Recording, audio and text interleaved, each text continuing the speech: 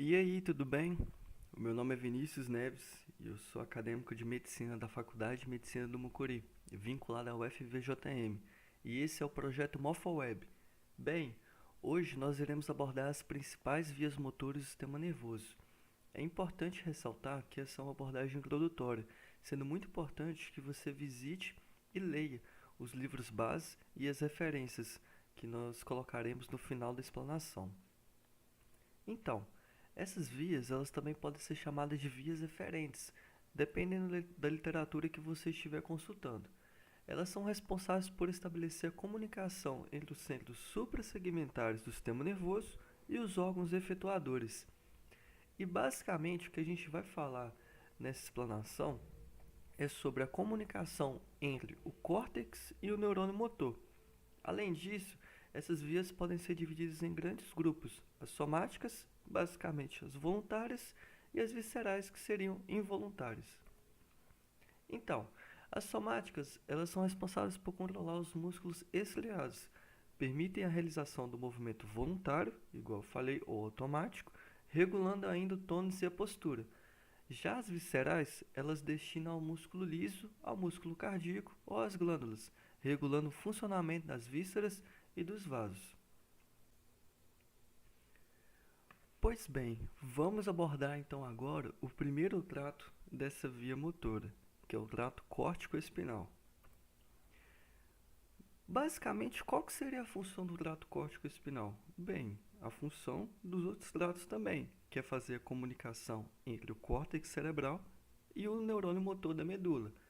Mas como a gente vai ver, cada trato apresenta uma peculiaridade.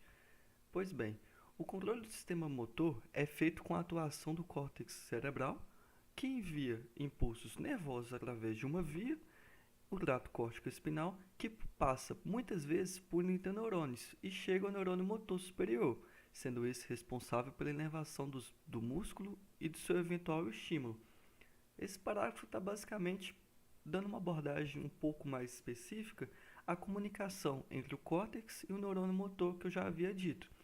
Tá, mas onde que inicia no córtex? Porque o córtex é uma área extremamente específica, né? Mas que apresenta várias áreas e que cada uma apresenta uma função específica também. Então, o trato córtico-espinal ele vai originar da área 4 de Brodmann, ou melhor, o córtex motor primário, que você lembra nas suas aulas de neuroanatomia.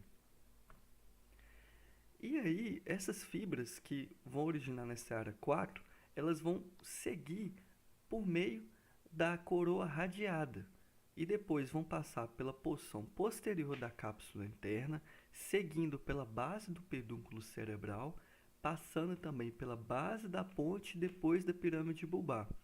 Eu imagino que nesse momento talvez você esteja com um mapa da neuroanatomia aí, mas calma que já já eu vou mostrar uma figura para não ficar um negócio muito abstrato.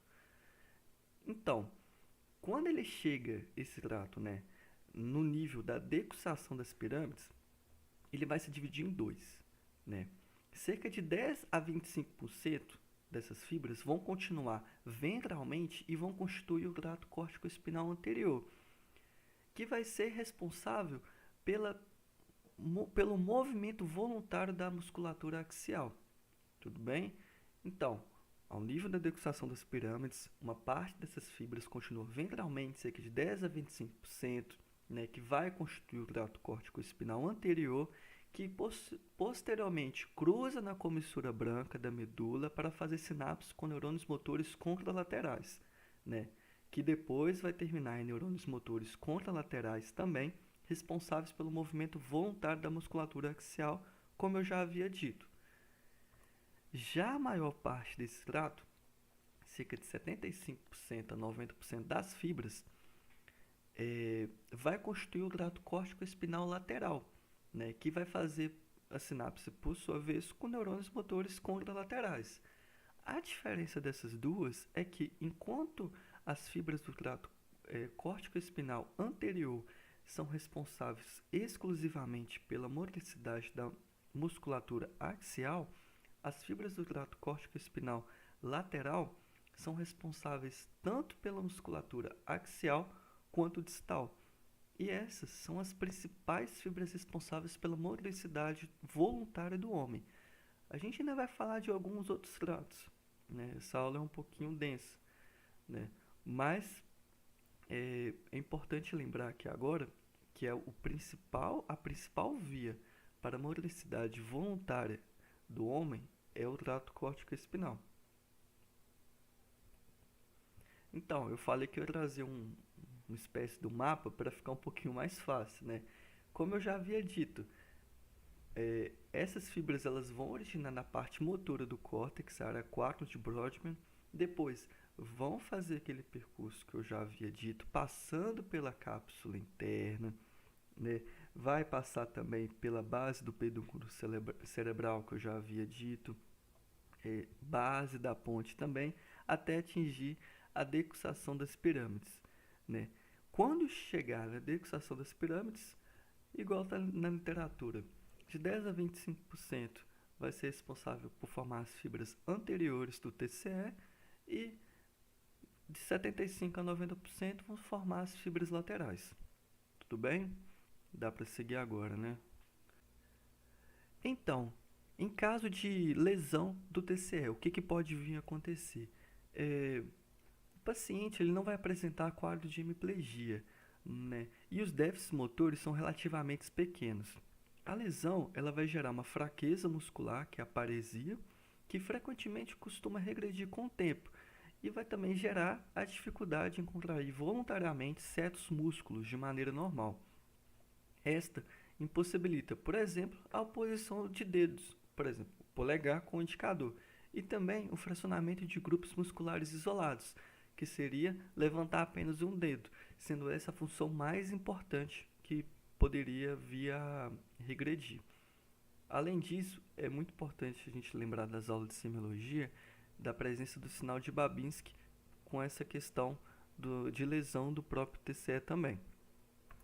Então, bora confiar no verdadeiro aqui agora e vamos seguir para o nosso próximo trato, o trato córtico-nuclear. O trato córtico-nuclear, ou TCN, para facilitar um pouco a minha vida aqui agora, semelha-se bastante com o trato anterior, né? Ou seja, o TCE, diferenciando em alguns pontos específicos. O TCN ele transmite impulsos do córtex cerebral aos neurônios motores do tronco cefálico, em vez da medula, como o TCE estava fazendo agora. E também apresenta um grande número de fibras homolaterais, ou seja, a maioria dos músculos da cabeça está representada no córtex motor dos dois lados. Mas onde que as fibras surgem, né? Naquela questão da gente ficar um pouco perdido. Então, as fibras do TCN, elas se originam no córtex, na parte inferior da área 4, elas passam pelo joelho da cápsula interna, calma que daqui a pouco vai ter uma figura para ficar um pouco mais fácil. Elas descem pelo tronco encefálico e se dividem em 3 sentidos. O primeiro, né, desses vai para os núcleos 3, 4, 6 e 12. Já o segundo vai pelo núcleo ambíguo, o nono e o 10.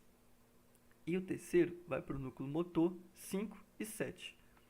Além disso, as fibras do TCN elas fazem sinapse com neurônios internunciais, próximos aos núcleos motores, e estes, por sua vez, ligam-se aos neurônios motores depois.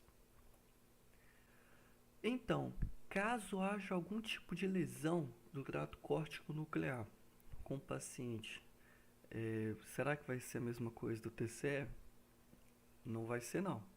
Devido às fibras serem homolaterais do trato córtico nuclear, a maioria dos músculos da cabeça estão representados no córtex motor dos dois lados. Com isso, em caso de lesão de apenas um lado das fibras do TCN, os músculos controlados por esse trato, por exemplo, a laringe, a faringe, os músculos que fecham a mandíbula, não sofrem paralisia. Entretanto, pode haver um leve enfraquecimento. É aquela questão da perda do tônus muscular. Então, né, essa imagem foi tirada do livro do Ângelo Machado, e aí, num primeiro momento, você pode ficar um pouquinho perdido com a questão de onde está. Mas eu vou tentar apontar aqui, ó, Lembra que a gente comentou que agora que as fibras do TCM elas partem da parte inferior da área 4, né? E aí elas vão passar pelo joelho da cápsula interna, aqui ó, a cápsula interna, e vão seguir pelo tronco encefálico.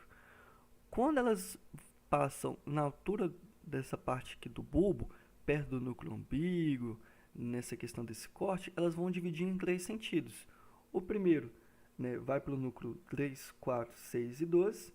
O segundo, como eu já havia dito agora há pouco, vai em direção ao núcleo umbigo e ao núcleo 9 e 10, perdão, 10 aqui. E o terceiro vai para o núcleo motor e para o nervo 5 e 7. É um pouquinho complicado até para eu explicar, gente. Então, eu peço um pouquinho de paciência também. Mas vai dar bom. Confia que vai dar certo.